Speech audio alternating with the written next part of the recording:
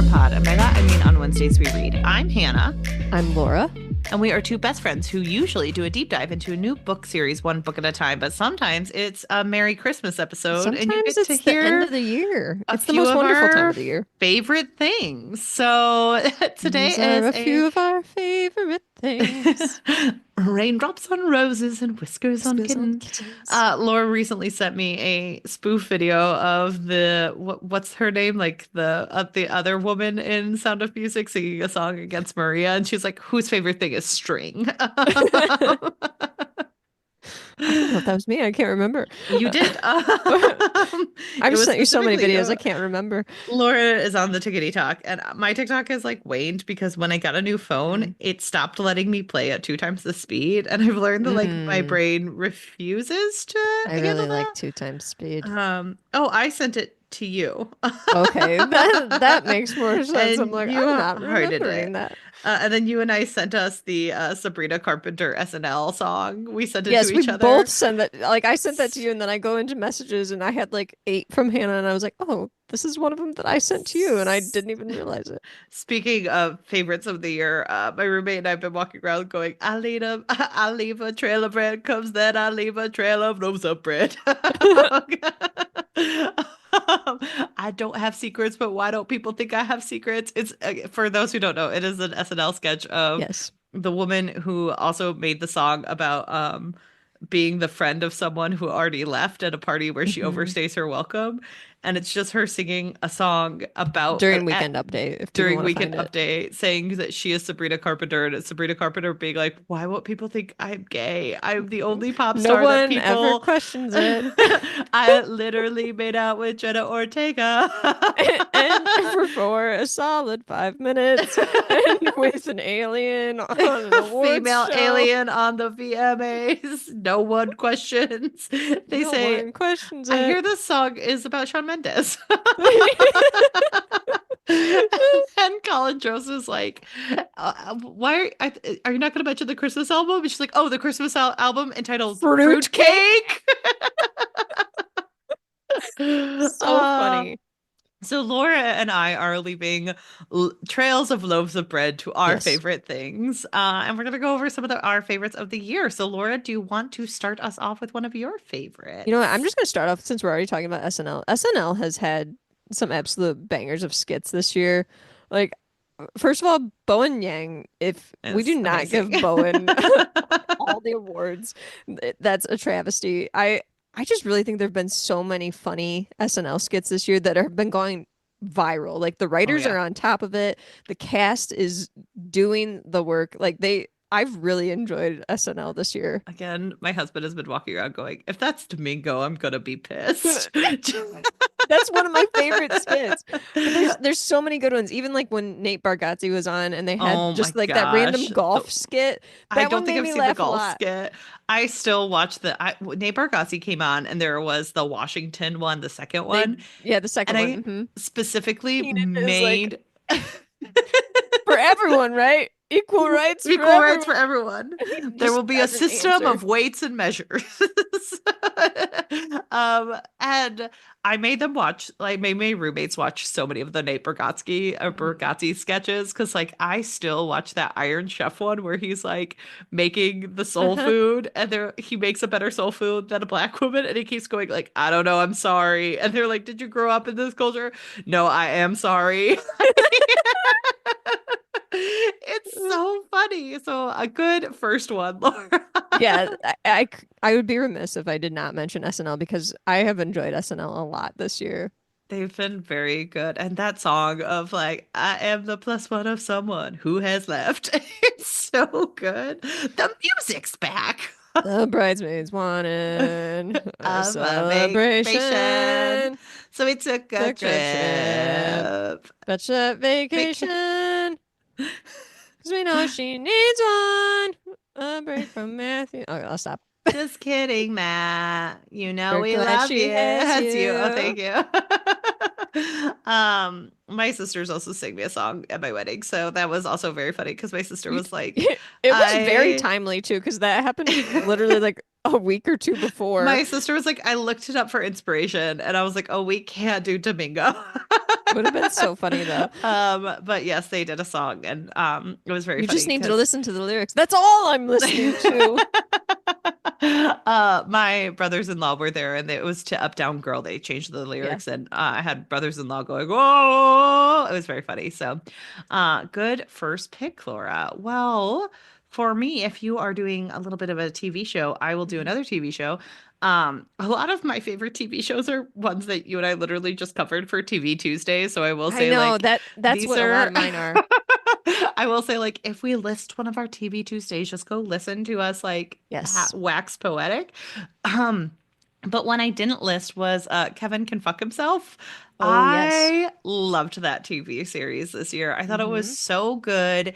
It had like it was just a TV show that's so funny and so like apt, and it did things that like I feel like a lot of TV shows don't do very often. Yeah. And I loved it so much. Laura watched it after I watched it because I was I like, haven't finished it yet because I unfortunately got to a point where I was not able to dedicate like full attention to it. But I that's really want fair. to come back, and I think it's one of those shows where I don't want to be doing something else. You know what I mean? I Yeah. want to watch the whole thing. I get that so much because it's so good. I love the characters on it. I love the female friendship in it. I think like Hmm. it shows a complex like relationships, and it like it is so interesting to just like the motif of having a dark comedy mixed in with a sitcom is so impressive and Yeah. such a good idea, especially when it was like inspired by actual TV shows that existed that we have Hmm. made fun of on this podcast. King of So Queens. please go watch Kevin Can Fuck Himself because it Yes. is amazing and I can't recommend it enough. So that is one of my favorites of the year. Yeah, I have a lot of our TV Tuesdays on here. I don't Mm, know that I'm going to mention that. Maybe I'll just do like a group mention of them because y- I really pushed hard for these shows to get covered on the pod, and mhm. then they were very like popular shows at the time. Yeah. So our when we reached out to people with our spreadsheet, guests were like, "Oh yeah, we want to cover these," and so I got my So wish Laura's fulfilled. And it next was one is Madame Web. no. But The Last of Us is probably the Oh God, so like we good. covered The Last of Us, Blue Eye Samurai, Shogun, Hmm. Fallout, Agatha all along. All of those were fantastic shows. So I Yes. don't want to like get into tons of detail on all of them because they obviously make my best of list, but I am Hmm. going to like say a little bit about The Last of Us just because that show specifically, like I think about it and I remember watching it like I binge watched that show, which I don't recommend honestly because it's very heavy. It is very And heavy. I think really when I was watching it, I don't know if it was just like because I watched it in January, I think, which January is usually like a slow month for me. Hmm. It seems like a longer month and I have seemingly more time. But I remember binge watching that and just like after certain episodes, just like sitting there for a moment and just being like, I guess I need to watch the credits because I just need to take a beat because things were happening that were so intense and so emotional and it was Hmm. just incredibly well acted and I really just discovered this year that I really need to appreciate the writing in video games more because some of my favorite TV shows were adaptations of video games and I Hmm. am not a video game girly. I'm like kind of removed from that entire hobby really, but I was really impressed by The Last of Us and just I was so excited to watch each episode and just really got drawn into the characters and the acting was phenomenal. The sets were phenomenal.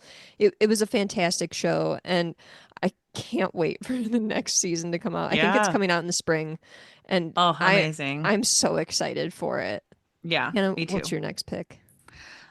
So switching over, because like, yes, all of our TV Tuesdays, I'm just gonna Hmm. honorable mention them because I don't think Yeah. we did a single one that was a flop. That I was think every bad. single one was a Yeah. banger because like Agatha All Along, you and I adored. Fallout was Hmm. so good. Right. Blue-Eyed Samurai. Like it's hard to like parse all of these. So Right. I'm just gonna like give those all a little boost. I will also say Hmm. that this is it's unfortunate, but like also, a lot of our favorites were recently covered over on SFF Addicts. They had us on for Hmm. best of little discussion over there. So we may not highlight certain ones just because we've already done a deep dive. Hmm. Hmm. but one I haven't talked about on the podcast, so I want to highlight it here too. One I haven't is A Letter to the Luminous Deep by Sylvie Hmm. Cathrall. Laura has mentioned that sometimes I geek out over books in a very specific way, and they're usually like incredibly cute books. I don't Um, know why this is, Hannah, but I've noticed like you'll get excited about certain genres, but for whatever reason, like cute romance books, like you really enjoy, especially if there's like some kind of like magical realism involved, yeah. you really seem to enjoy those. And it, like I see you light up in the way that I do when I'm like, Spy Family. So, and like I think I just enjoy them so much, and I enjoyed this one. I was like on my honeymoon when I was reading it, so I do think that that helps. Like you're just traveling into these beautiful worlds as you're reading about this beautiful world. And A Letter to the Luminous Deep is an epistolary novel, and I forgot how much I fucking love Hmm. epistolary novels until I picked this book up. And it's just so cute. You're reading about these two people just falling in love via letter writing, and Hmm. then their family trying to solve the mystery of what happened to them, and they're becoming best friends. And it's just like Hmm. so cute, and it has such good world building. And so Yeah. this is an epistolary novel that follows two characters. Like I said, it's pretty much what I just said. So everyone go read this and then talk to me about it because I just love it. If you love like some type of Victorian literature, because I would say that this did give me like Jane Austen vibes, which we know I'm a huge fan of. Hmm. I loved this book so much, and I had like a beautiful fantasy world, sci-fi world all rolled into it. So like people who listen to our podcast will probably very much vibe with this book, and please go read it because it's Yeah. so cute. So I did talk about that over on SFF as well. And then I also talked about Watermoon, which I have discussed on this podcast, but it is officially a favorite of mine. And everyone go get it on January 14th and also read that one because it is adorable. So, Laura, what's next up for you? Okay, so I'm going to switch over to a book. I really liked this book earlier this year. I'm kind of just going through like my Goodreads in like chronological order from 2024. Fair enough. I'm But going to jump around. towards the towards the beginning of the year, I read Sea of Souls by NC Scrimgeour, and I liked this one so much that I was just like chronicling on Instagram like I'm at 20%. This is what happened. I'm at 28%. This is what happened. OMG, this happened at 40%. And it was really fun just because like this book is a Scottish folklore based fantasy and I really loved the setting. Like it was very dark and stormy and like rainy and there's all of these influences and these creatures that you would expect from Scottish tales. And I Hmm. really am all about like selkies now. Like I know. I love that kind of creature apparently. Like I think I maybe had not read a lot about selkies or specifically Scottish folklore in the past, and so it seemed very different to me. But I also just really appreciated the story that the author wrote, and I thought that the romance within the story was really good, and I thought the characters were almost like perfectly complicated. Like it wasn't like over the top where I'm like, okay, this is getting a little confusing. Hmm. I really just liked it. And I thought that the author did a really good job with like twists and keeping you on your toes and everything. And it was just a ton of fun. And I really would recommend this one to people that are interested in kind of, I would call it maybe a lighter read, even though there are some uh questions of like sense of self and grief and your place in the world and like legacy too. I would still classify this as more of a lighter read, one that's Okay. fun to read and that you maybe want to like pick up on a weekend or a trip or something like that. That it kind of sticks out to me as one of those books that I'm like, oh yeah, definitely great for a trip to read on a plane or something like that because it's Hmm. enough action to kind of like keep you drawn in and activated with the characters. But the second book I think comes out in 2025 and I'm thrilled to jump back into this series because this is another one where I was just like, oh yeah, I remember all the characters. I'm excited about them. This is one of a couple of books this year that I read and I was like, I think I should draw some fan art because I I do really remember that. enjoyed this book. I have been dabbling a little bit with like drawing. I'm not horrible, but I'm by no means like good No, enough to draw Laura's an fan art. excellent artist, just so you know. Right. I actually have drawn some excellent horses and Yes, a she really good has. whale. So I the whale was not as good as the horses, but I have drawn some excellent horses, honestly. And my sketchbook, I maybe I should just share them so that Please do. People believe me. But Please yeah, send it over for the my episode. Selkies I have not been drawn yet, but this was definitely one of the books where I was like, I think I should make some fan art. And yeah, this it was such a fun book, Sea of Souls. Check it out. The author also, I think, has a sci-fi trilogy, which I am very curious about because I have really been into sci-fi the past few years Mhm. or so. So I should probably check that out because I'm assuming if I really like their fantasy work, I'll also like her sci-fi work too. Next up on my list, I am going to shout out Lesser Known Monsters of the 21st Century by Kim Fu. This was a book that I did an audiobook for and I adored it. It was like a sci-fi fantasy of like weird different books. I talked about it a little. I remember the first book was uh girls who like started to grow wings on their feet, and then there was one where a woman couldn't sleep and she starts like this weird entanglement with Mm-hmm. sleep.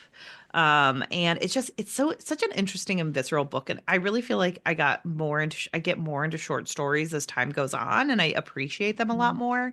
And I this book really just stuck with me when I was going through my list of 5-star reads as like one of my Mm-hmm. ultimate favorites and one that I definitely want to come back to at some point. So that's my next up. Okay, my next one, Hannah. You mentioned that we were previously on SFF Addicts, Best Hmm. of the Year, and I mentioned A Close and Common Orbit by Becky Chambers, but I'm also like, go hear me talk about that one over there. But I'm going to talk about The Long Way to a Small Angry Planet, the first Hmm. in the Wayfarer series over here. That was the other book that had me very much like, I need to make fan art. I need Ohan in fan art. I need Sissix. I need these characters. I love the character work that Becky Chambers does, and Long Way to a Small Angry Planet is honestly kind of a masterpiece in terms of writing a space opera and making it relatable and tangible. I love it so much. She's such a fantastic writer. I I couldn't get over how well written it was and how she tied everything together and gave so much heart to the characters in the story. Even Mm. though we were kind of getting these different, like, jumping around between characters on the Wayfarer, it was so easy to get just sucked into what was happening within the story. And honestly, it was one of those things where you go to the next book, and even though this is a series, they're kind of like disconnected. They're all interconnected within the same sphere, but they're not like, oh, we ended here and we're going to pick up with these same characters in the next book. That doesn't happen. So when you're going from book to book, knowing that, it's a little bit heartbreaking because you're so connected to these characters. Yeah. But honestly, if you love sci-fi or on you don't even have to love sci-fi that much. It's such an easy world to jump into, and I think that it just really has some of the best character work and the most heartfelt moments that you'll find in some modern sci-fi. I can't recommend it enough. It's honestly one of my all-time favorites now, both this and A Close in Common Orbit. I absolutely adore these two books. That's Hannah, what's awesome. next for you? Next for me, I am going to throw out a movie that I loved and I cried all the way through Wild Robot. Oh. What a charming, beautiful little movie. Again, I sat next to a child who watched this. I didn't know the child, but like they were in the same row as me, Hmm. and they seemed enthralled with this movie. So I don't like I when I watched it, I was like, maybe this is a little bit too long and a little bit too deep for Hmm. children, but like children seem to get it. And like this book or movie is so cute. The voice acting is really amazing. The only like thing I remember is I didn't love how they animated the fox, but the fox character is adorable. It's just like a beautiful community building movie, and it has such a wonderful ending and you just cry through the whole thing, and it's like such a good found family and a good like, hey, we want someone to grow and be the best they can be, and how like Yeah. having a different experience can make your life like unique and special. And I love this movie so much and I just want to Mm. watch it again and again and sob and sob and sob. So that is definitely going on my best of for the year. Oh, I love that. Well, I guess while we're on the topic of like stories that are heartbreaking involving children, one of the shows that I watched this year that was like a total surprise to me that I just randomly started watching it when I was just looking for more anime on Netflix was Kotaro Lives Alone. Oh yeah. And this is there's only been one season. It looks like there's not going to be any more episodes added, but it's a Mm. story about essentially a child who is in a neglect situation and develops a found family in his apartment complex. And it's so sweet. And also just some of the topics that are brought up. I know that we've talked before about the show. Uh, it's just incredibly well done and deep for a show that's probably being watched by a lot of minors. And I Yeah. think that topics like that are pretty important to bring up in media, and especially for children who are going to maybe be going to school and wondering why there's a kid that is eating all of the leftovers that the other kids have, or someone who Hmm. dresses a little differently or does something for this, that, or the other reason. And I think that it was really great that this show highlighted those type of things. So Kotaro Lives Alone, that's one that I rewatched a couple times this year just because Oh, I was like, it's it's just so heartfelt. I really loved it. good. Next up on my list is Fox 8 by George Saunders. This Oh yeah, not little surprised. Not surprised. 60-page book that charmed me to no end. I really love George Saunders' Lincoln in the Bardo book, but this book was Mhm. so light, funny, breezy, and cute. Just a little fox who found out about a mall, Mawl. The spelling in it is adorable. The storytelling is adorable. Fox 8 just like getting lost and having found family and just wanting to live its best life and Yeah. wanting to be best friends with Fox 7 and meeting Fox Why So Hefty. All of it charmed me to no end. I don't know why I picked up this book, but I'm so glad I did. It was one that like I just saw on the library shelves and I was like, yeah, I could finish that really quick. And then Sure. I forced other people to read it. So everyone go read Fox 8 by George Saunders. If you need a little pick me up, if you want to feel good about just a little fox story. I feel like it's very much a story that reminded me of like childhood in certain Mhm. ways. So I loved this one. It definitely goes on my top of the year. Hannah, I'm gonna just play off of your energy and I'm gonna pick another really cute book that I think people should read, but with the caveat that you should listen to the audiobook because Mm. it is fantastically narrated. Um, and that's Remarkably Bright Creatures by Shelby Van Pelt. And I Hmm. think is his name Michael Urie? Yes, I think so. That makes sounds right. He is from he you would He's maybe from know him from Ugly Betty. yes, Uh, maybe. Yes, Michael Urie is his name. He is the one of the narrators of the book Remarkably Bright Creatures, but it follows the story of a woman who is essentially janitorial staff within this aquarium, and she makes this connection with this unexpected friend who is an octopus. Uh, and we get the dual POVs of Tova, the woman, and Marcellus, the octopus. And it's also a mystery wrapped into it as well. And it's just fantastic. I didn't know what to expect with this, and I was so pleasantly surprised. But I switched from reading the ebook to listening to the Mm. audiobook because I had mentioned that I was liking the book, and someone told me that the audiobook was much better. And they were very right. It was a fantastic audiobook. And there's specifically one moment, this is not like a huge spoiler, but there's specifically one moment where Marcellus, you start off his chapter and he starts saying day 100 or whatever of my captivity. And then he says, let's cut the shit.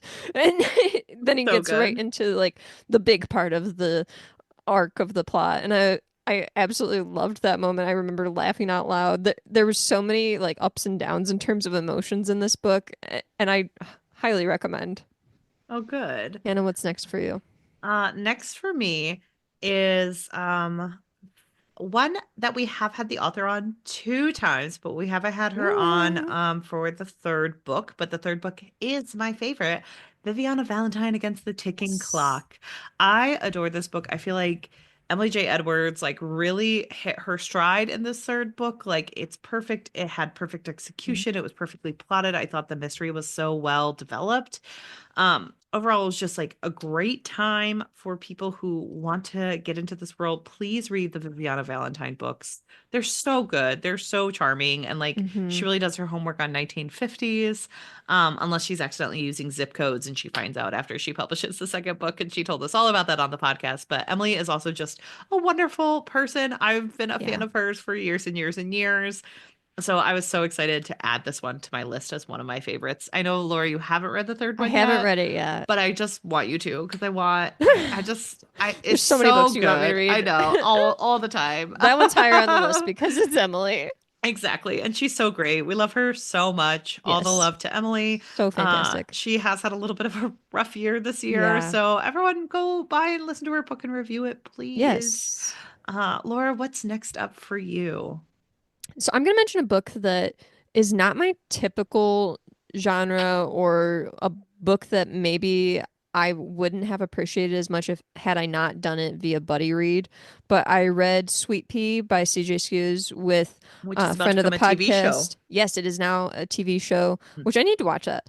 But I read this with friend of the podcast, Passett, and the discussions that we got into, I thought were really great. And it helped me to think about this book in a different way and to see the characters in a different way that I probably would not have if I had just read this by myself. And I think I would have maybe disliked the book more, which makes me think that and this book specifically made me think that I need to be having more discussions about books because I think that just kind of challenging some of your thoughts or thought processes about characters is really important. And Sweet Pea is a pretty morbid book. It follows a woman who is essentially on a murdering spree.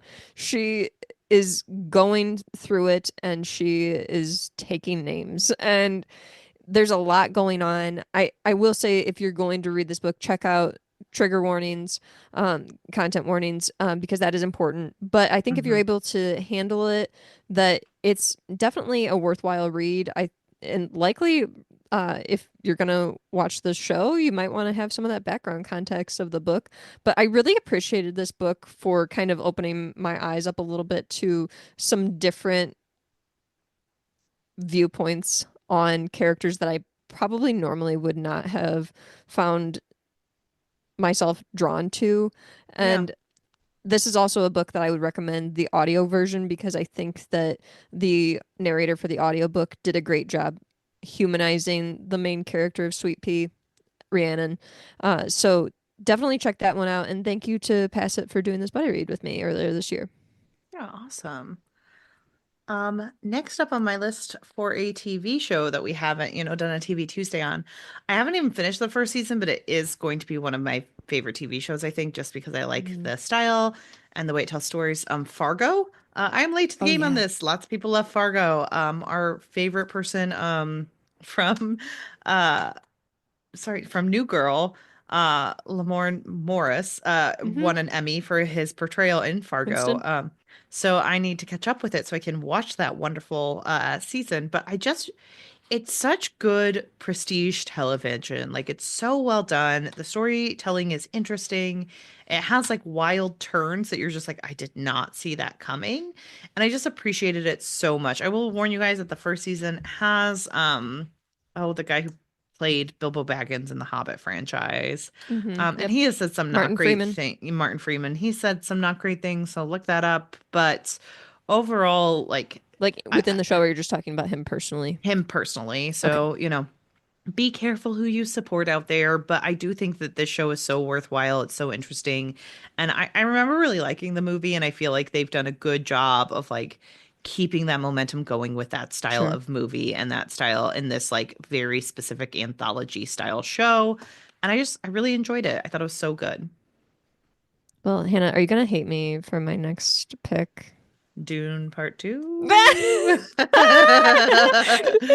was so freaking good. It was amazing. I loved that movie. I honestly held back from mentioning it too much on the podcast because I was like, Hannah's gonna like totally be like, probably sucks. It was probably terrible. Everyone has told me this movie is good. I meant to watch it. I just haven't gotten to it yet. I think I'm gonna watch it with my dad when I go home for Christmas. Oh man, it's so good. My husband and I both we watched it, and we like throughout the entire viewing. We because we watched it at home. We didn't go to the theater to see it, but I think seeing it in the theater was probably incredibly epic. Um, but I we're said we watching it should cover it on the podcast. You're the one who won't do it because you're scared of what I will say. because of the history with this book. I am afraid to cover it on the podcast because I don't want my feelings to be hurt. So I'm honestly shying away from a lot of Dune coverage, but Dune Part 2 was so good. I really liked the movie. They did change some things. I wasn't taken out of it by any means, but my husband and I were watching this, and we're literally sitting in our living room, and we would just like kind of stop for a moment and like look at each other and be like, that was fantastic. That was visually stunning. Just some of these moments where they take space just to have silence, or just to like the music in the background and everything. It's so beautiful. The cinematography is beautiful. It's a visually stunning movie. There's incredible acting, and they really like pulled out all the stops to get the hmm actors that they have. I think they did just such a wonderful job casting and everything too. And really it's such a good adaptation of this novel. I was so impressed. And like the first one was good. This one I was like, wow, they really stepped it up with the second one. It's fantastic. I feel like I have to say this on the podcast. I know I'm wrong about the dude movies, everyone. Like my I madness know, on them but is a reflection upon me. It's not a reflection upon the movies or upon Laura's taste because honestly, I know from it's people like I'm these are still trying to amazing. protect myself. It is specifically the way my brain works. Like I Laura and I know. talk about this, I like can't go too hard on things. it's not even that anymore. I think Oh I've tried no. to overanalyze it so much. My brain doesn't love action scenes and my brain doesn't like certain sci-fis. And I think this just falls squarely in that like one area of my brain where like it's really hard for me to stay focused on it. And because of that, I'm like, well, I just don't enjoy this. And I actually don't know if even that's true. I think I just have a hard time focusing. I have the same Sure. issues with another thing Laura loves, which is Star Wars movies, Yeah. where there's just a certain location in my brain where like I get I also question if that was distracted. something where it was just like, do I love these so much that Hannah just hates them now? No, it's actually Or not that. It's the specific style of things. I have a really hard time focusing, and I actually think it's my ADHD. That okay. like because it has certain musicality, because it has certain visual like colors and mixtures, I get distracted and it's a little bit slower. So I end up thinking like, okay, then I get distracted and then I'm like, oh, I guess I didn't like it because I couldn't focus.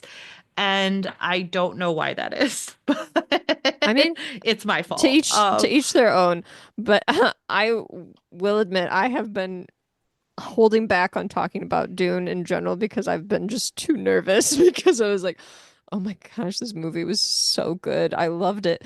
And and really I just think it's honestly one of the best adaptations I've likely seen. And this Right. is giving it credit too for taking liberties, changing hmm some Yeah. things that I know some people were not totally pleased with the second part, but I just found it to be such a stunning, well done movie that really is digging into these hard themes. And I know that there were a lot of people that watched this second part and then they were talking about it online. I was talking about it on Reddit, but people were like, wow, I didn't realize that this is what Dune was about. And I'm like, yes, like what what were you thinking? Like, come on here. hmm And people like start to question things a little more. But I do appreciate that a movie like this that gets so much hype and can reach a lot of people has some of these powerful themes like that. And I think that it's maybe not always getting through because you and I talked about media literacy. hmm People don't always get the point, but there were some people that were starting to get the point with Dune 2, I think. Some of the themes that Herbert has tried to work into the series in general. But I just thought that movie was so good. And like I said, my husband and I would just like stop and look at each other and be like, that was gorgeous. Like, I can't Right. believe that that happened. Or something weird would happen and we'd be like, that's shocking. Like if you didn't know that that happened, like imagine not having that background of like knowing what happens and just being like, Oh my gosh. Wow. Okay. I Yeah, do it feel was a little great. guilty because I don't think I should ever have a take enough that it makes you uncomfortable to talk about it on the podcast. It's specifically Dune that I'm like, I can't bring it up. I also think like Laura loves Dude enough for the both of us. So like it doesn't have to be something that I vibe with. I there are plenty of things and plenty that we talk about on the podcast that only Hannah vibes with and Laura would not enjoy. Specifically, if anyone wants to I talk mean, I about bring up Love is Blind, and for some reason, I know you don't enjoy that, but it's not the same.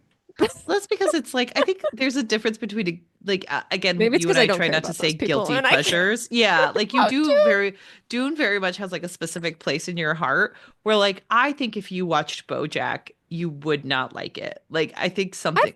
Oh, watched all of BoJack, and oh I did okay. like And it. oh okay. I But like watched I that think years ago. oh I didn't realize that. But I think there are certain things like Emily Henry doesn't really vibe with you all the time. And like you enjoy certain parts of it, but it's not I feel like there's really only one of those books that I didn't vibe with, which is Happy Place. So I feel like you're striking out on your I examples, know. Hannah. Find Uh something I don't enjoy. but I didn't mind Dune. Like that's the thing is I didn't mind it. So I thought it was good. Like the first Dune book was good. I just don't need to continue on my journey with it. Okay. Um, but there But are plenty. that was my next pick. That movie was stunning. If So you're gonna pick a other Dune Zendaya heads, film, come talk to me about it, but if not you're if gonna you're like do a Zendaya film, feelings. then I'm gonna do my Zendaya film, which is something Oh that yeah, hits the my tennis brain movie. perfectly. The tennis movie Challengers. I loved Challengers. I thought it was so good. And like my husband did not get this movie at all. But I said Okay. like what I really appreciated about this film was it had a specific theme that it was interested in focusing in on. And Mm-hmm. it didn't have to be about the entirety of everyone in existence. It could have just been about this specific movie. I feel like in a lot of Mm-hmm. movies today, they have to be able to bring in all the people or Mm-hmm. else it's not going to like get greenlit. There was something about this movie where the theme was like what you're passionate about and how you can fail in your relationships, you know? And it was Mm-hmm. interested in looking at that specific thing and it did that incredibly effectively. And it had like amazing music and it was just it's a movie I don't think gets made very much. Like it was made Sure. for $55 million. That's not a ton of money. Like Mm-hmm. if you think about movies today are like $100 million projects. So like this very medium-sized budget movie that has like specific themes and you could like pick apart and like write a thesis novel on it or like a Mm-hmm. thesis paper on it, sorry, was such a breath of fresh air. And I realized how much I've been like craving stuff like that because Sure. there's just not much of it anymore that I isn't like feel a like there straight to is, streaming. like the push to either have movies that are like low budget straight to stream, or Mm-hmm. there's like everyone wants to have the next Dune or the Yes. next like huge movie franchise. But like this one made $96 million. Like it made That's $41 great. million. And like I think there are people loved likely a lot of this. people like you that are like kind of wanting that type of movie to have a Hmm. comeback. Yeah. And so being able to see it in theaters like meant a lot to me. And I thought it Hmm. was really good. And like I said, like it was one where like my husband was like, I don't really get it. And I was like, yeah, that's fine. But like Sure. this was so good. And Mm. so honestly, like 10 out of 10 film. I really liked it. I liked reading like people's feedback on it. Laura and I've talked about that with like Agatha all along, where like Hmm. it's fun to see something that people get excited over. And this felt Yeah. like a movie that people got excited for. And I was like excited to be a part of it when I watched it. And just like an ending that's not an ending. It was just it was a Hmm. great film. So that is my next up. So Laura, what do you have next? So my next one is a book that I suggested for your Mega May, and it won the voting, and you Good, because covered this it is for also Mega on May. mine. The Sword of Kaigen by Emma Wong. Oh Uh, my gosh, what a what fantastic a book. great book. Wow, we slept on that one way too long. We heard great things, and both of us just never read it Hmm. until we read it together, which also adds to it because you and I don't read books together unless they're for the No, podcast very right. often. So that And actually I made it miss so much that too. better. Like you and I talked about this recently that we try so hard to like come up with content, quote Hmm. unquote, that I feel like you and I have started to enjoy reading less. Where I've noticed I even am so worried about like creating content for the podcast that I don't even mention what I've been reading or watching to you. Yeah. I keep things like I'll just save them to talk about when we have our weekly Zoom chat for the pod.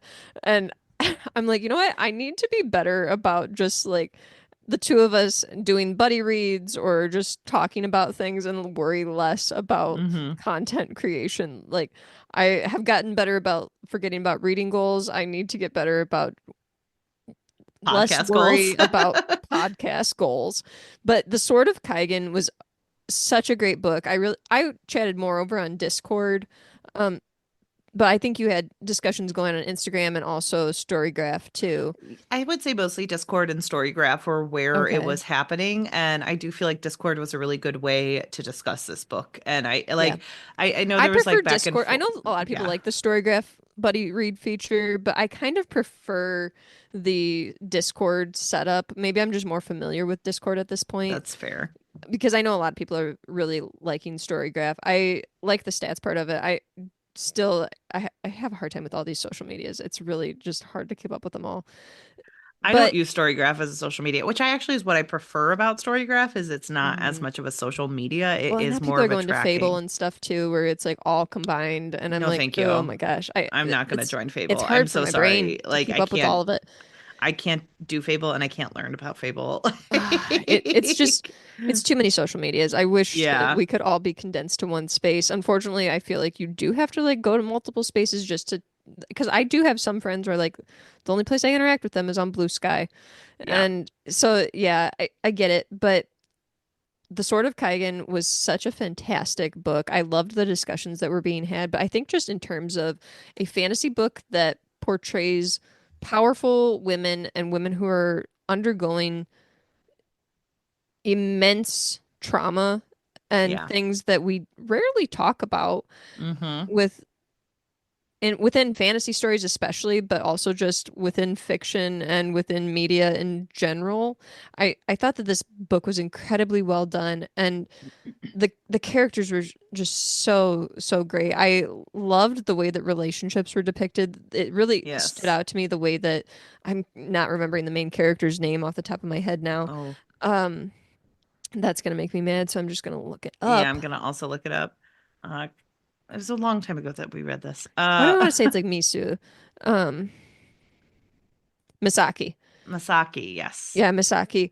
Misaki and her husband, the relationship that they have is fascinating, and Mm-hmm. I just wanted to like immerse myself into every chapter where the two of them were having any kind of interaction, and it was just honestly, this book is really a masterpiece. Yes. I can't get over how well done it was. It's one of those books that I finished and I was immediately like, everyone should read this. Everyone Yes. should read this book. Oh, so good. So good. And I'm It's so so glad that amazing. we had such great discussions about it over on Discord and Instagram and stuff. It's rife with material to discuss. People join Mega May next year because it was really good. And And I'm so I proud of myself for I recommending that one. know you did a I good came in clutch job. with that. You did. Woohoo! So good job. Pat myself on the back. My next pick, along with Sword of Kaigen, which we covered, was Yeah. one that I got you to read, which was Station 11 by Emily St. John Yes. Mandel. I really liked this book. It's another like pandemic book. I feel like there's been quite a few that like came out before a pandemic. You and I both read The Mm. Stand. You and I have read other pandemic books, but what I really liked about Station 11 is the focus on art after a Mm. pandemic. We follow like a character who's part of a traveling Shakespeare circuit that like brings joy to people and like the realities of that.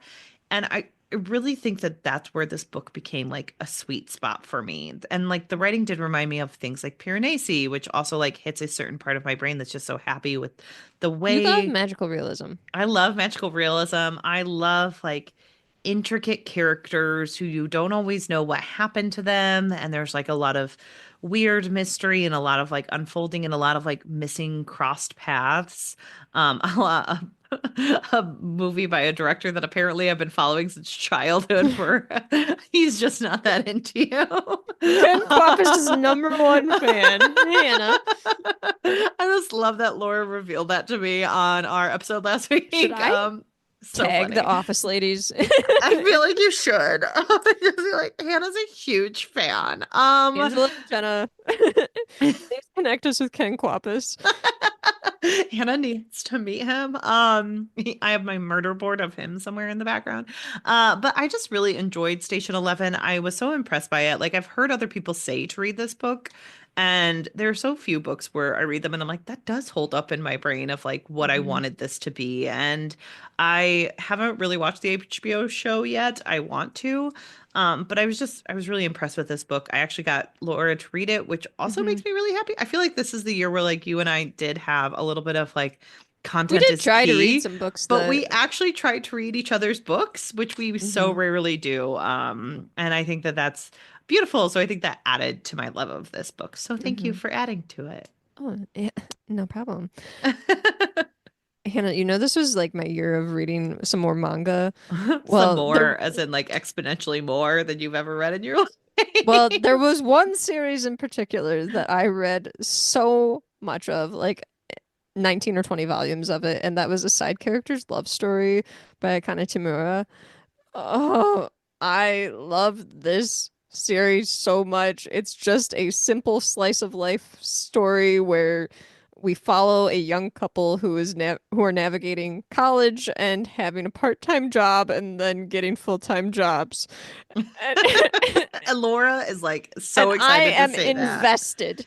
I I wish nothing but the best for these people. They are the sweetest, most communicative couple, and I adore them. This series is Good. probably not one that many people even know about because it has very few ratings on Goodreads. Oh, And I good. really just think a million people need to be reading this because it's so, so, so, so cute. I was devouring this series like chips. It's incredible. I love a side character's love story. Oh, good. So my next up on the list is apparently I'm a super fan that I didn't realize until like we started pointing it out more and more, and that is Paul Shear's Joyful Recollections of Trauma. Yes. I You love Paul Scheer. adored this book. I didn't realize how much I've loved Paul Shear, but like I do. I think he's great. I think he and June Diane Raphael are couple Hmm. goals. I think they're so sweet to one another. They just like show a relationship that is like actually real, where like they do Hmm. so many things and a lot of their relationship is public because they host a podcast together, but Yeah. like it you get a glimpse into their life where they're just like real people who have Hmm. very fulfilled lives. And I thought getting to know more about Paul Shear's background and like his experiences with an abusive stepfather and coming to terms with like his life and how unique it was in adulthood was really beautiful. Hmm.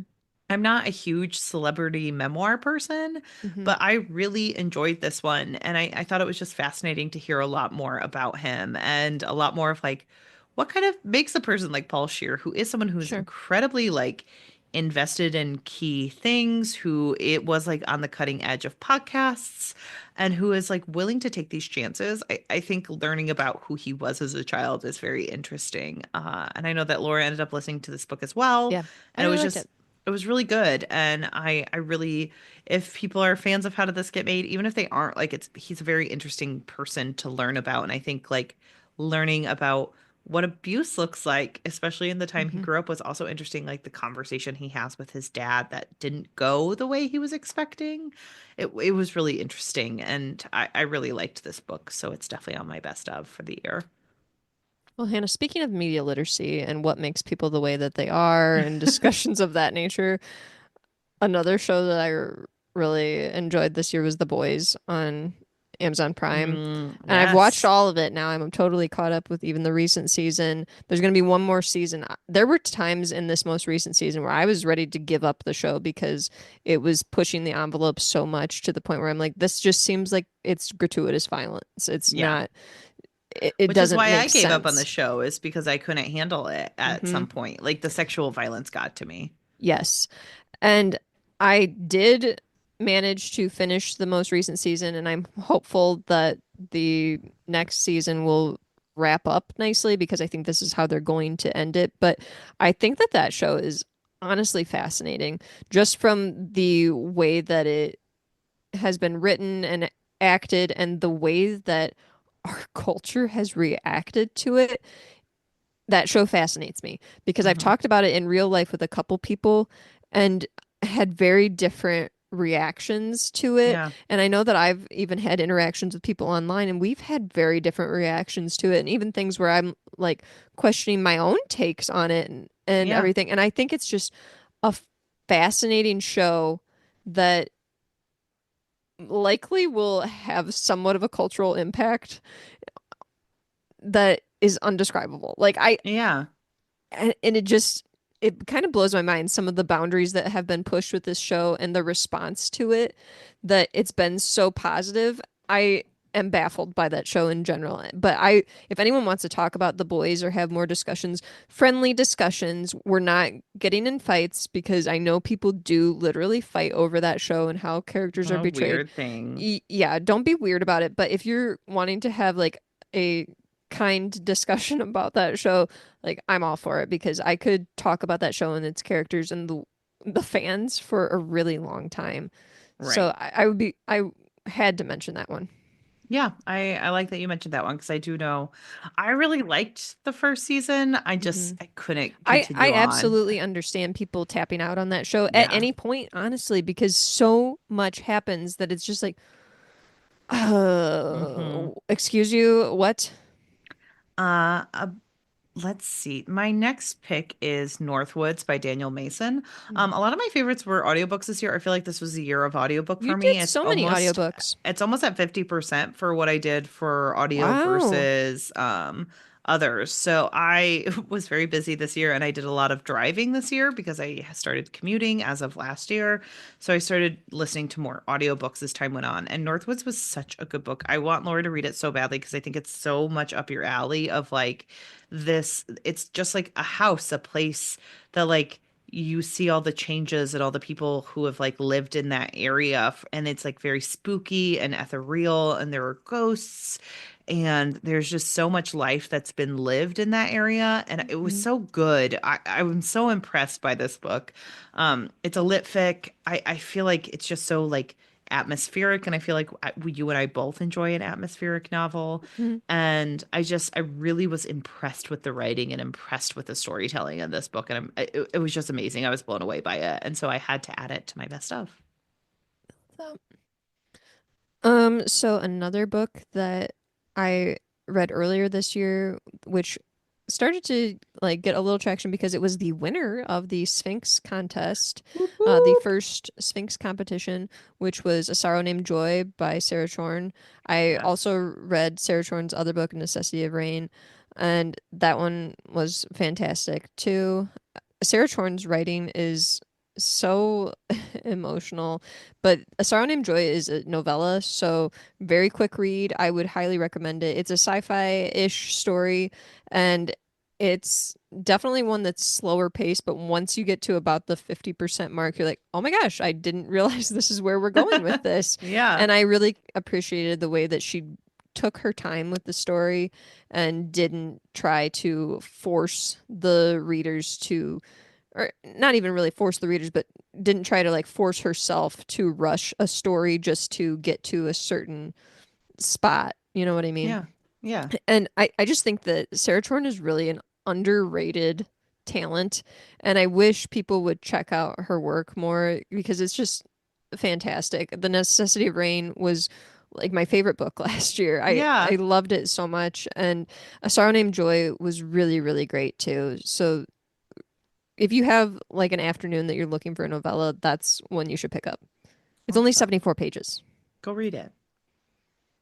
Next up on my list is one that I did mention on SFF, but The Battle Drum by Sarah L. Mhm. Arifi. I was so impressed with this sequel. I am not a second book person by any means. Like a lot of people are like, "Oh, I always like the second book. It's when they cook."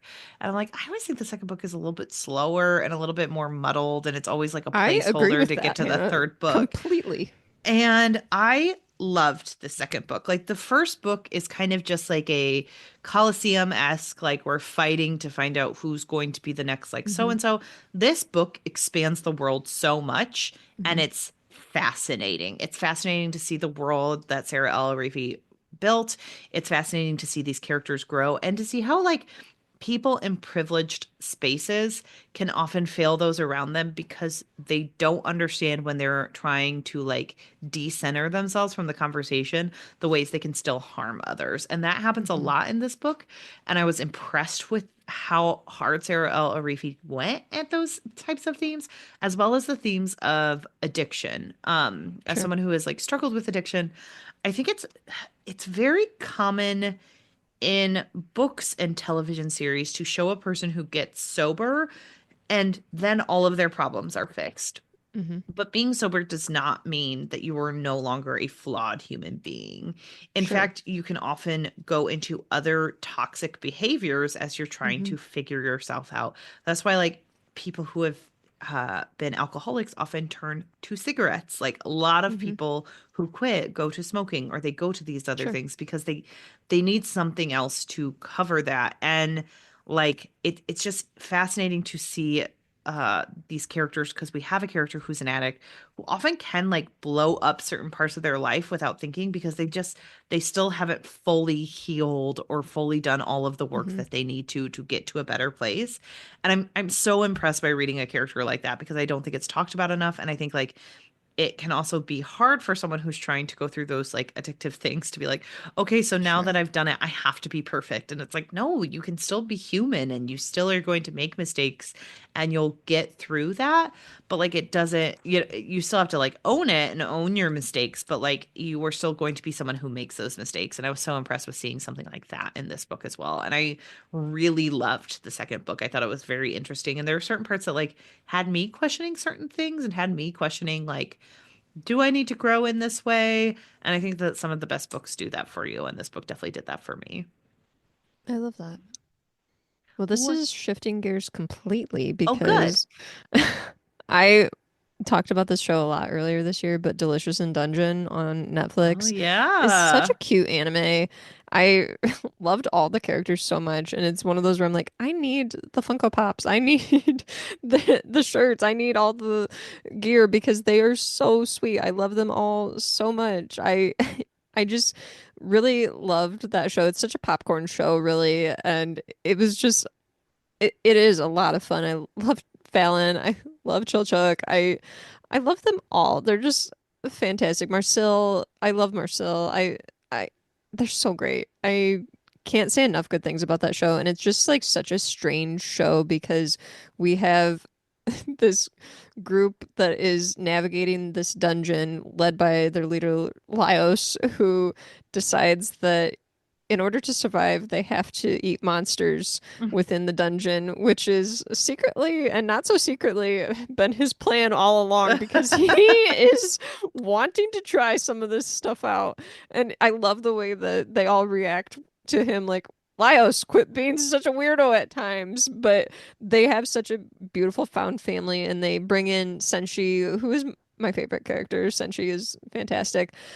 And he is a dwarf who ends up teaching them a lot about cooking and how to prepare the different monsters because he's Oh, been down in the good. dungeon all this time.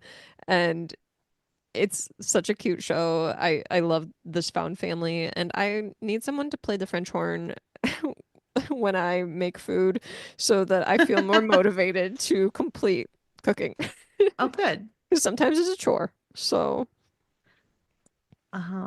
Well, next up on my list of things I enjoyed this year, I feel like there are certain ways, we've already talked about this show, but I feel like it mhm. deserves mention is Abbott Elementary. This season has I been had another one written on here that I thought you were going to mention, but that was not it. Okay, go ahead. okay. But I loved Abbott Elementary. I think it's like still getting so freaking good. Yeah. I have never laughed harder than the cold open where there is a cold open in Abbott Elementary where they're doing the PTA meeting and it devolves into them doing the line dance of Wild Wild West. And I Yes. watched that cold open so often. I laughed out loud when I saw it for the first time, like just burst out laughing because it's so funny. And in one of the most recent episodes, there's a character named Jacob. He is a white teacher. He is a Hmm. well-meaning white person and they're trying to get this like these plans for a smoothie store coming in shut down because of gentrification. And he says like, I'm gonna get the blacks involved, and all of the teachers are like, whoa, whoa, whoa, whoa, whoa. And he's like, black and Latino people like involved in community center building or something like that. He's like, that's the monogram they gave themselves. And it flashes to the straight man Gregory, and he goes, it's really important that you say the entire acronym. And then later, like all the students are looking and they're like, oh my gosh, there's a protest going across the street. And Jacob goes, the blacks are here. And like most of these casts are like children who are black children. And they all look at him like, what did you just say? And it's so freaking funny. The show is so good. I love Ava so much. I love all the Ava's characters. fantastic. Ava's fantastic. She is wild. And like she was recently on one of my favorite podcasts, Keep It, and she was talking about like, yeah, I was a writer and like I try really hard not to because like they're so good at what they do. And she's like, but like it is fun to be like, hey, can I do this? And can Mhm. I do this? And she seems like so respectful of Sure. Ava Brunson's like vision Quinta and Brunson. Quentin Brunson's. I'm so sorry, Ava, the character, but she's so respectful of like Quentin Brunson's like ideas and Hmm. her writing, and it seems like such a good cast and such a good set, and I freaking love the show, and everyone should Yeah. watch it. It's so funny. That's amazing. I love that show too. And I think that that show is a little bit different from some of the other mockumentaries because it handles real life problems in a way that some of these Hmm. other mockumentaries don't as well. You know what I mean? Right. Like, I think Parks and Rec was handling some things, but it was still very much within this fantasy world of Pawnee. Yeah. Yeah. And I think that this show handles real life situations that people, especially teachers and parents, can relate to. And Yeah. I think that that's really fantastic. The writing is so good. And I think that in terms of comparing it to other mockumentaries, I noticed more in Abbott Elementary that there's more of those Jim Halpert moments with multiple characters where they have Yes. a situation where they'll look over at the camera like, are we serious here? Is that really happening? And I think that's fantastic because Yes. I I don't like in The Office that Jim seems to be the only one that's clued in on the joke many Yeah. times. And it's like, no, there's got to be some other people around here that know something is going on. You know what I mean? And so I appreciate that Abbott Elementary really does a good job kind of showing that everybody's in on what's Yes. happening. Oh my God, Barbara going, I do not want to live in a world where where a white person tells me what a dance move is. I love Like, Barbara. she's so funny. Oh, it's just such a I good love them show. all. They're Yeah, they're they're so so good. good. Okay, yeah. What's your next one? So I'm going to bring up just I'm going to mention a handful of books at one time if that's Okay, okay. that is perfect. I was about to do the same, so I'm we're not gonna good. deep dive on them just because they're part of ongoing competitions. Oh, got Um, it. but but I think that people should definitely check out Quaint Creatures by Andrew D. Meredith. Uh, check out Blackburn Station by Karen Lucia. Check out Dragon Meat by Angela Board. That one is not currently in part of a competition. I spoke about that one previously. I You also have, spoke yeah. about Quaint Creatures. Check that one out. But I have not spoke about Seeds of Inheritance by Amy Kuzensky. That one is now out of Spiffbo. I loved that book so much, and I was really hoping it would move on to the next Oh, round. But it's so good. It's if I had to just like give you some very bad comps, but somewhat okay comps. It would be like Dark Crystal in space. mm, okay. Love to hear it. And it's so unique and so interesting. I'd love to cover it on the podcast someday because I just feel like it's one of the more out there and creative books that I've read within the science fiction and fantasy genres. It's incredibly good. I really enjoyed it. So if you'd be open to reading that sometime, Yeah, we sounds good should to me. definitely cover Add it it. to the list.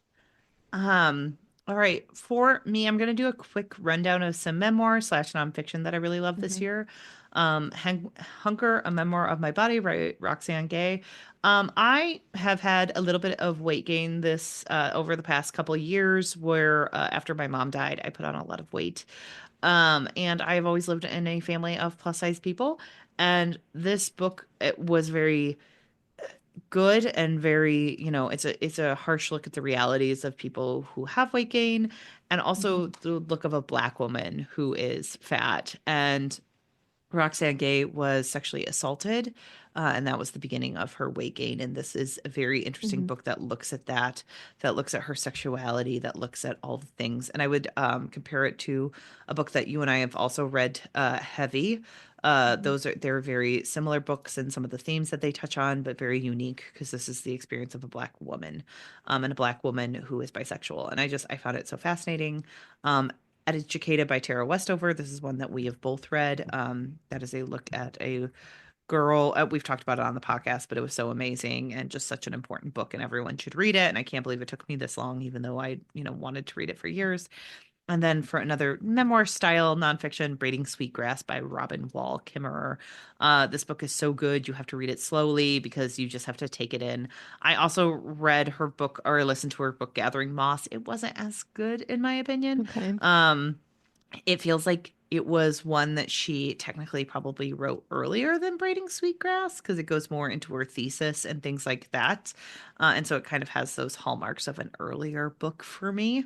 But Braiding Sweetgrass was honestly amazing, and everyone go listen and or read it because it's so good and it's so interesting. So all of those three are definitely on my mentions. I'm gonna do another book mention because these are books that I've talked about before or we've featured on the pod, so go hear Mm-hmm. more thoughts there. But you know it's coming. The I Forever know. Desert books by Moses Osei Otomi. I He's mentioned it right on on my SFF list. Addicts. I can't stop mentioning these books. Can't stop, Yeah. won't stop. You'll be hearing about them in 2025 as well. Can't So, wait. like, just go read them. Listen to our episode to hear more thoughts. These books are fantastic. They mean so much to me, and I was so thrilled that we were able to have Moses on. Like, these are new Hmm. all-time favorite books. Absolutely adore them. I can't say enough good things about Moses's work. Just Yeah. absolutely fantastic. Please go read them. Check out all of Moses's work. Hills of Heather and Bone. We had K.E. Andrews on earlier this year. Actually, just a couple weeks ago was Yeah, when a our couple weeks ago. interview Both came of out with them her. very recently, but they're Yes, both on our but we talked lists. to them a while ago, and we read the books quite a while ago. Like Yeah. I have the Forever Desert books. I read those like earlier this year, so like early this year. So Hmm. I've been sitting on those for a while. And then I read the rest of the Windtide series by Jonathan Navarre.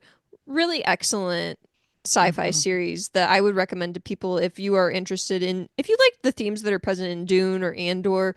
I really think that you would appreciate the rest of the Windtide series. I know I've talked several times about Goodbye to the Sun, but Johnny's Wager was really great, and that one was very reminiscent of some of Becky Chambers' work to me, um, in terms of the way that the character work was done. And then I felt like No Song But Silence was a really great wrap up to the trilogy and just added a lot to the series as a whole.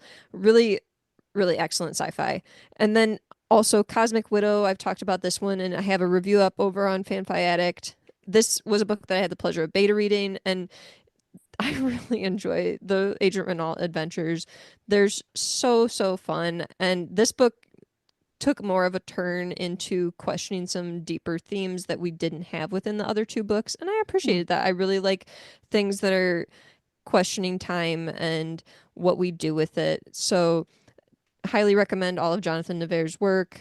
And yeah, so that was my next bulk mention because these are all things that I've talked about previously. Fair enough. Other ones we've covered on the podcast as a bulk mention, M is for Monster by Talia Dutton. I Mhm. really enjoyed this graphic novel. I That thought was it was great. so cute. I loved the look at sisterhood, the look at loss, like the playing of mirrors, and the look at like what is a person and like how to make yourself who you want to be. I was at a And bookstore recently and they had that book on display. And I said to the people at the shop, because I was asking if they would put out some of our bookmarks for our yeah. pod. And I said, oh, I had Talia Dutton on my podcast earlier this year. And they were immediately interested then when they were like, what? Oh, You had Talia Dutton on? she's so sweet. I love her so much. We need to So get her look at on me for a name TV Tuesday. dropping Talia. MBD. And also Legend Born by Tracy Dion. You and I Yes, made lots of jokes about these books, but they are so important for they're incredibly YA. good. Like it's so They're honestly impressive. probably Like some of the best YA that I've ever read. They're so good. The deep look at racism, the way Hmm. women's bodies are treated, especially Black women's Yep. bodies. Like I was re-listening to some of our episodes to remember like what I've said about Hmm. things in the past, and I kept getting caught up in like how deep these books were, and I kept being like, Hmm. I need to skip to the next episode so I can listen to what we were reading, Sure. watching, and enjoying. But I wanted to hear it again. I wanted to hear these Sure. books again, and I can't wait when the third book comes out and we get to cover it because these are so important and they're so good. And YA novels, like it's where it's at in a lot of ways. Because another book Hmm. on my list is definitely YA Adam Silvera's They Both Die at the End. Hmm. Heartbreaking, beautiful, so good. I've read a lot of YA this year and every single one like hit it out of the park really. So definitely they're doing so much over there. So make I'll sure you're mention reading. another YA too, The Firekeeper's Daughter by Oh Angeline yeah, Boulier. That was one I read so on audio good. and then convinced you to also listen to it. And it's fantastic. Another book that Hmm. I would say is possibly one of the best YA books that I've ever read. And I Yes. recently listened to a book that was a nonfiction book talking about uh, it was answering questions that white people may have about Native people. And I thought that it was kind of nice that I had so much context that I had from that Yes. YA novel. So this is just proof that fiction can really open doors in terms of understanding and accessibility of stories. So Yes. we need to access more YA. We really Yeah. do. We go. It was so good. So, do you want to go next? Okay, let's see here. So I have some more TV shows, but let me just see if I've got more over on my Goodreads that I want to mention. Just briefly, I had listened, I mentioned it many times that I listened again to the Andy Serkis narration of Lord of the Mm-hmm. Rings and The Hobbit. Can't recommend enough. Those are fantastic. I also would like to mention again The Wishing Stone by Adam Holcomb, which is Chronicles of Gam Gam Book 2, which is a novella. And these are incredibly heartfelt books. If you read Hills of Heather and Bone and you want another necromancer story that makes you cry, Oh, this would be the series what a for very you. So specific crossover. what a niche thing. Yeah, like what a niche thing. And then I haven't talked about this at all on the pod, so I'll probably talk about it a lot in 2025, but I've been reading Vinland Saga Mm-hmm. by Makoto Yukimura, and I know that I've mentioned a few times, and people that I've talked to online know that this has been like a hard year, and I've been going through a lot and having a hard time, and subsequently, my reading has plummeted within the Mm-hmm. last quarter of the year. I've had a really hard time maintaining my momentum in terms of reading and just being interested in reading too. I've Yeah. mentioned a few times I've spent a lot of this last quarter of the year just watching people play board games on YouTube. Like I've wanted to take up playing board games as a hobby. I don't have that many board games at the moment, and sometimes I just don't even have the energy to play my own board games. So I'm just watching a lot of people playing board games on YouTube. But I had a friend recommend Vinland Saga to me on Instagram, and so I got these from the library, and these books are phenomenal. They're so good, and it was really they just hit me at the perfect time. They're incredibly deep for I shouldn't say for a manga. That's not appropriate because I think graphic novels and manga have this really unique way of teaching us about the emotions of people that other Yeah. books sometimes don't get across. And I think that really manga and graphic novel, excuse me, I think that manga and graphic novels especially are a more accessible way for people to get into reading. And these books, specifically Vinland Saga, are it's a Viking story that follows our hero Thorfinn, who has so many traumatic things happen to him at a young age, and he sets out with this ambitious goal to avenge his father. And I've just been so drawn into this story where it's just like I'm excited to read them. I've been staying up late to read them because they've just really captured my attention, and I think that the story and the art is very well done. It's not some of the best I've ever seen in terms of art, but when you combine it with this story, I think that it's just simply fantastic. And Yeah. I have not encountered really a story that's this compelling in a while, and it's really starting to like draw me back into reading, which I so appreciate about certain books. I can call out certain books throughout my life at times where they've like comforted me or brought me back to reading or got me out of reading or whatever, what Hmm. have you. But this specifically has been a comfort, and I really, really, really have been enjoying Vinland Saga. Good. Well, for two romance novels, Emily Henry is always queen to me, so Funny Story definitely goes up there. I thought Funny Story was a really good addition to her books. I thought it was like right up with there with some of my favorites. She does really well with these types of stories, so good for her. And then, but even more, so Late Bloomer by Maisie Eddings. I really adored this book. I thought it was so good. It had so much to say about like feeling like you're a little bit lost. It hit Hmm. me right in the feels with a character who felt like she had kind of wasted her time on like things she had done and learning she didn't waste her time. Hmm.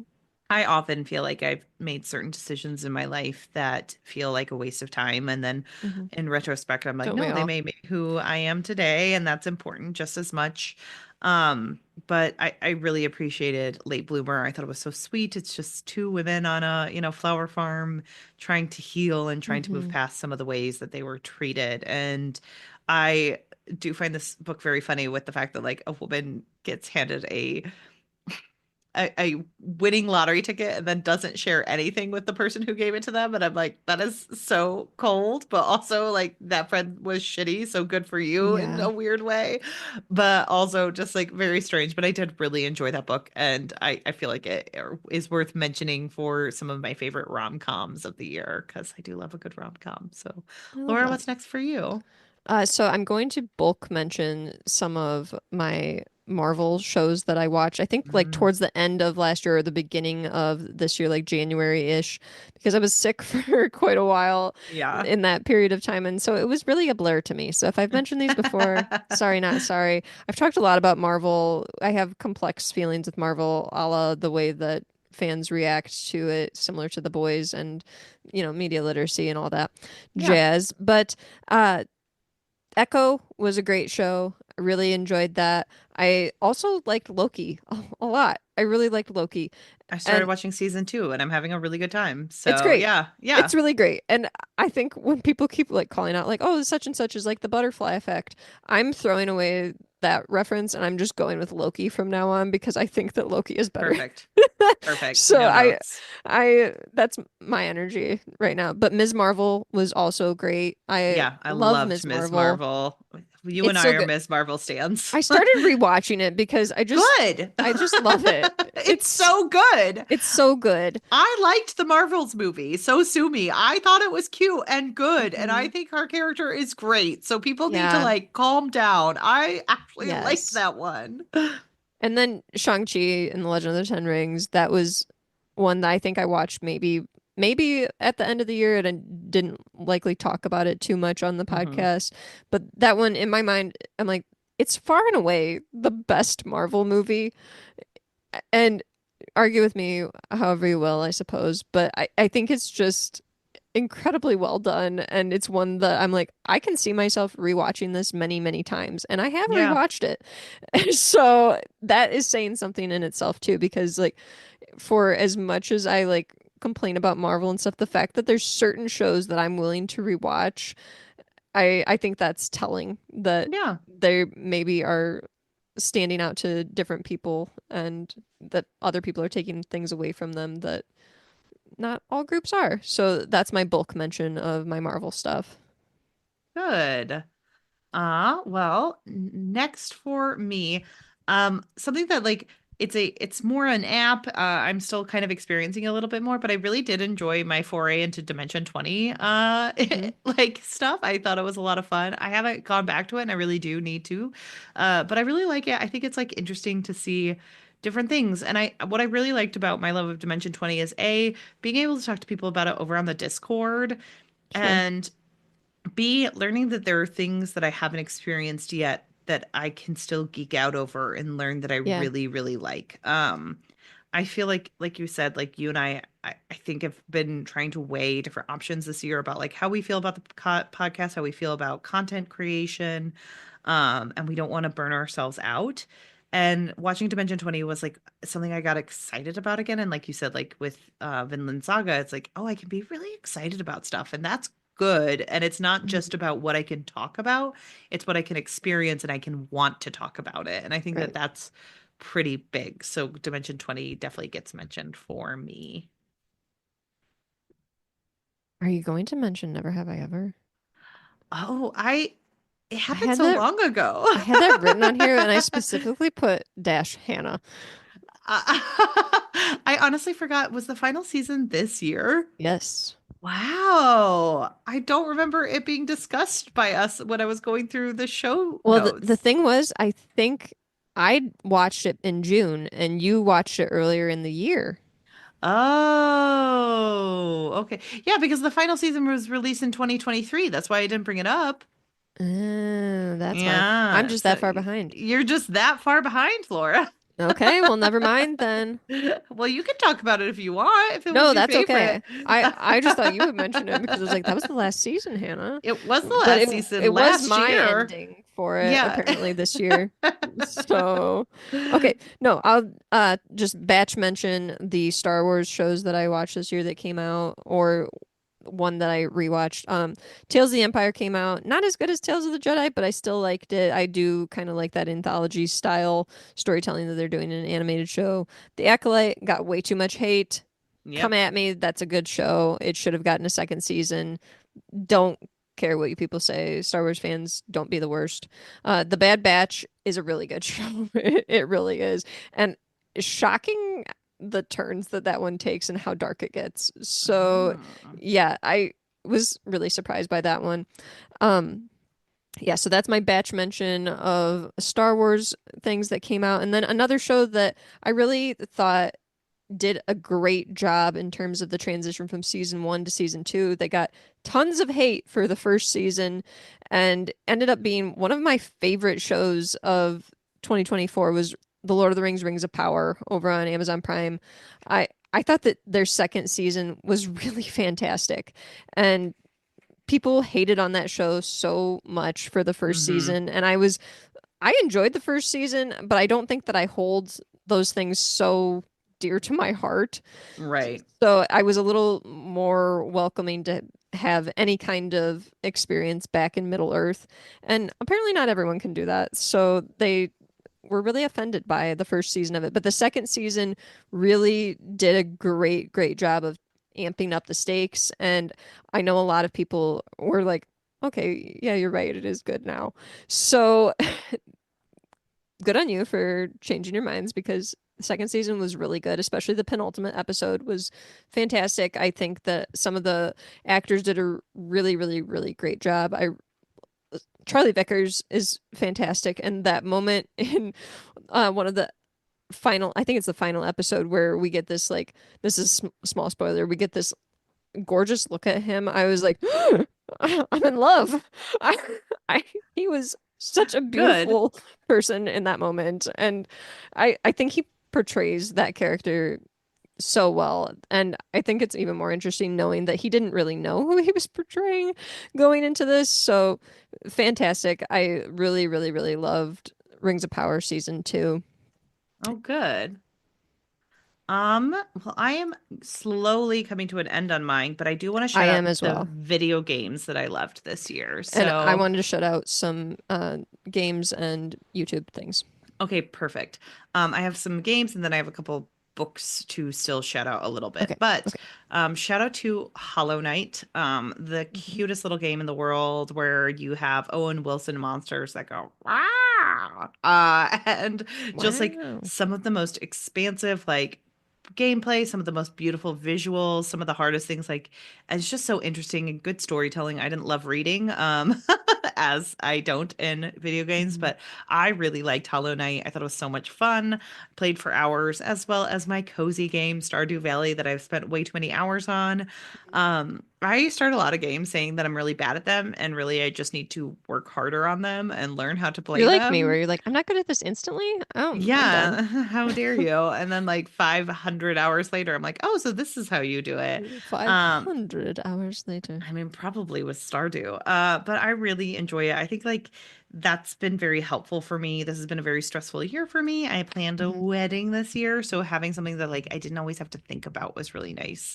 And I do again, Hmm. it kind of goes with Dimension 20 of me getting into things like video games or things like that. It was fun to start. Where I played Zelda last year, I got to kind of expand my universe and got to play a few other new games. So those get a shout out. What's next for you? So I watched a ton of Hot Ones this year. Sean Yes, you Evans, did. I love you. I have watched Hot Ones for a really long time, but it kind of started becoming one of like my background shows Mm-hmm. in place of watching Brooklyn Nine-Nine or Parks and Rec or whatever one, the Superstore or whatever one I was going to be watching. So Hot Ones started to become more of a background comfort show for me, and that was noticeable. So I just wanted to shout out Hot Ones for Good. always being there. Thank you, Sean Evans, for always being that great interviewer that you are. Um, Also, just some ASMR channels that I really like. Lizzie ASMR, Batala's ASMR. I love Batala's ASMR. GB ASMR, everyone knows GB.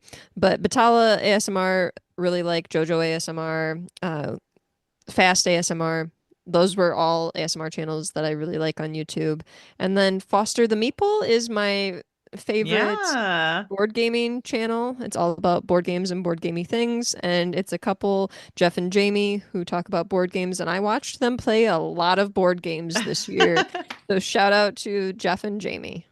All right. My final shout outs, Land of Milk and Honey by C. Pam Zhang. This was such a book. This is a book that got under my skin. It is a book where a lot of food is scarce now, and there is a chef who is used to like working with that type of food that like can be used of like made out of like mean bung and like certain types of things that gives you caloric Hmm. density but nothing else, and she gets hired by a billionaire to run his restaurant, and it's just like such an interesting look at a dystopian world with billionaires, and I think we will be getting more and more of that type of art. Sure. And I really enjoyed the specific one, as well as He Who Drowned the World by Shelley Parker Chan, The End of the Duology. These books are so important. They are an amazing writer. I'm so impressed Hmm. by them, and everyone go read them. It's such a good gender bending book, and it's interesting, and the characters are problematic and interesting, and everything in between, as well as The Empress of Salt and Fortune by Nevo. I loved this novella, and I need to get back to reading them because every time I see it, I'm like, oh, I loved that so much, and I need to read the rest. So those are my closing ones. Laura, do you have any others? I just want to shout out the authors that we had on this year. Thank you. Brian S. Glosmeyer, Before the Shattered Gates of Heaven, excellent Hmm. sci-fi. We covered that for our first indie intermission this year, Hmm. because we covered two books for indie intermission. The second one was The Fires of Treason by Michelle Quirk. That Yep. one was more of a historical fiction book. So that one we just covered recently. You can check out our thoughts on that one. We Hmm. had our Virdi on for a really great discussion on his books, The First Binding and The Doors of Midnight, which The Doors of Hmm. Midnight just came out in August. So I think that if you're really interested in like any kind of like East Asian folklore or anything like that, first of all, follow Ronnie because he Hmm. shares a lot of info on this and he is a fascinating person to just Yes. read his thoughts and he was great to talk to. Yes. We also So had Jeff, kind. yes, incredibly kind. And again, just really fascinating to talk to. We also had Jeff Spate on, who talked about Paladin Unbound, and he has a new book coming out in 2025 as He's well. sending it to me right now. I accidentally Oh, gave him my wrong address and he's not charging me to reship. oh, well, let me know how that is because I'll be Yeah. curious to see how that one goes. And then we had K.E. Andrews on covering Hills of Heather and Bone. We had Jonathan Navarre on talking about many of his works, all of his works, really. That was awesome to be able to talk to him via Zoom, somewhat face to Yeah. face. And we had on Talia Dutton, who we Hmm. talked about M's for Monster. We also had on Moses Namina Osei for Utomi, and Namina Forna. we had Namina Forna on. a couple times because Namina Yes. also came on to talk about Blue Eye Samurai with us, but we Mhm. also talked about Namina's awesome Gilded Ones series. So I just wanted Yes. to shout out all those books. And Adrian M. Gibson And and Adrian M. Gibson, we talked about yes. Mushroom Blues. How could I And forget? not an author interview, but one of our best episodes ever, talking queer romances with Danny Finn. Loved Yes. that episode. Check Loved out talking all to of Danny's Danny. work. And also, Danny Yes. is like the kindest person. They Gosh, are so always amazing. so kind over. I think they're over on Blue Sky now, mostly. Hmm. I think they give up on Twitter, but they are great about sharing other people's work and Yes. really just shouting out other people to, Hmm. you know, they're they're really living by a rising tide lifts all the boats, and I just really appreciate that about Danny. Yes. So go check out Danny Finn's work. But yeah, a big shout out to all the people that we had on this year. We thank you so much. We really appreciate your support and for taking the time to talk with us. We really enjoyed getting to learn about all these different kinds of books and your writing processes and being able to share those with people. And then I think I would be remiss if I did not shout out Jim Butcher Oh my because gosh. Thank you, Jim this was the Butcher. year of the It Dresden, was and we covered so much Jim Butcher. And Hannah, you and I both know those were our most popular episodes of the year. Yes. of the year. People love to hear us talk about Harry Dresden, It's very and we true. love to talk about Harry Dresden. Yes. I mean, and So, Harry loves to talk about Harry who Dresden. doesn't love to talk about Harry Dresden? I think that series was a great one to start to dive into. We're gonna do more, but Yes. this was the year of the Dresden, so I had to bring him up. Well, and I Thank you, also Jim Butcher. want to close this out by thanking all of our listeners Yes. for being with us for another year. This is a really important podcast to both of us. Hmm. We both started it in a very interesting time of our lives. And I think as time goes on, it becomes like more of our baby and like it becomes more important. And we keep doing things that we want to see like make the podcast better and watch the podcast grow in ways that we're proud of. And so I do want to thank everyone for doing Yeah. that. And Thanks for being here with us on this journey. I also want to give a very specific shout out to Laura. Last year, I thanked you for all the hard work you put into this, but this year was especially a thank you. I've watched you grow into this podcast more in the past 2 years in such like amazing and inspiring ways. You have Oh. become very important to the book community. You have joined the Before We That's Book. stretching it. That No, is no, stretching that it. no, that's not stretching it. You've joined the Before We Go blog for Sphinx, for Spiffbo. You are amazing. Like you've done so many important things in the past 2 years Oh. and really grown as like a reader and someone who is like building content and building important things. And I remain impressed by you every day. You told me that I geek out over things that I find special, and I think that you are one of those things. You are my best Oh, thank friend you. of almost 10 years or over 10 years. Over 10 years. And We've been friends I like 15 years now. I feel like our friendship has grown in very unique ways as I like Hmm. planned my wedding, and you've become like a huge defender of me and my peace. And I think that that's just as important as like anyone else. And you and I've had difficult conversations growing this podcast and important conversations. And I'm really just so impressed with what you've done over the past like year to 2 years as my life changed drastically. And as we go into the new year, I'm hoping, as always, to get a little bit more centered with the podcast. But I'm Hmm. happy that I have a co host who is able to cover for me when I'm trying to change careers and when I'm trying to move Hmm. into new houses and when I'm trying to plan weddings. I trust you implicitly, and I'm just really thankful to have another year with you. So thank you, Laura. Maybe it's just a sign I don't have enough going on. I don't think that's it. You have so much going on. You're milking goats. I shouldn't have mentioned that on the SFF pod the other night because now I've had a couple people that have like brought it up to me like if you have time when you're not milking goats and I'm like well I'm not constantly doing that like That's like a I small part of what I I do. like 'cause somebody was like how many books have you read this year and I was like oh almost like 140 and they're like Yeah. but I thought you were milking goats all the time. I'm like, You okay, come have on. I'm not surpassed. doing that 24/7. This is the first year Laura's read more books than I have. So that's A lot of them impressive. were graphic novels. It So doesn't matter. let's A win is a win. A win is a okay. win. But no, Hannah, I appreciate you saying that. I feel like I've been trying really hard to create things that are creative, but at the same time trying to elevate indie authors and authors that I think have written great works that we need to shout out. And I just have been trying hard to kind of get within certain spheres and to connect with people that we've been talking to for a long time.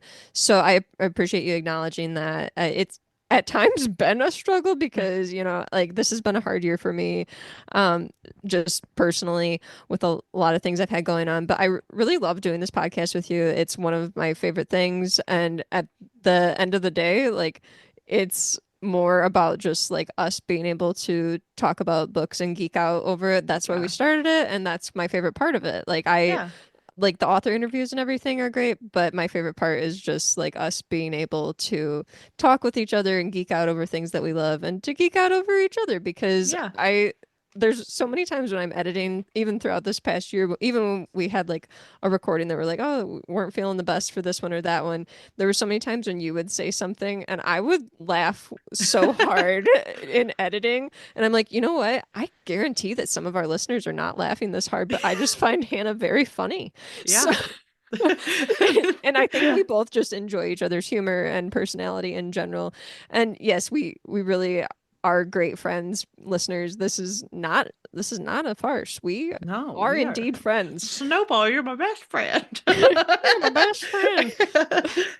So no, my favorite part of the podcast has always been just being able to share our friendship with each other and with others who have a similar interest to reading.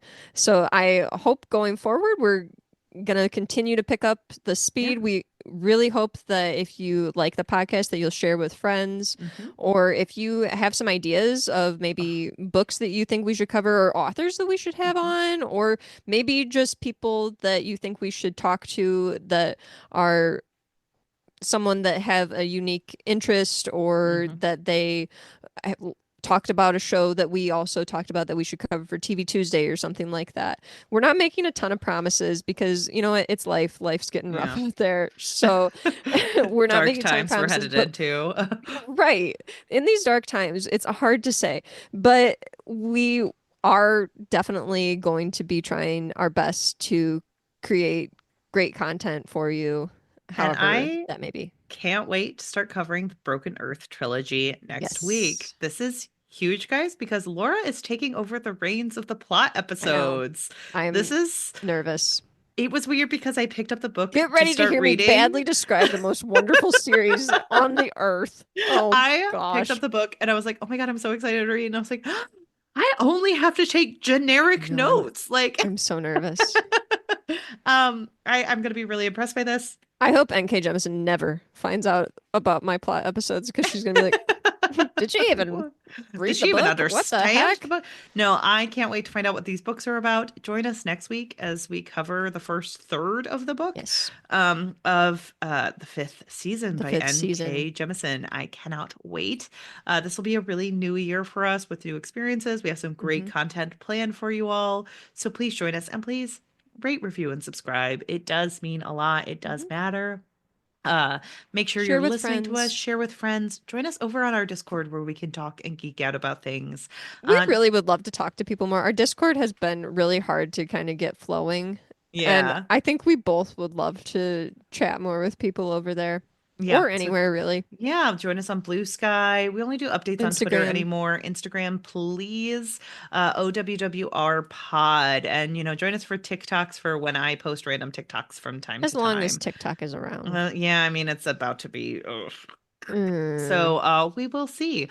But please just join us again. Thank you so much for listening. We appreciate you all and have a wonderful Christmas and a Happy New Year, Master Wayne. Happy New Year. All right. For the final time in 2024. Bye. Bye.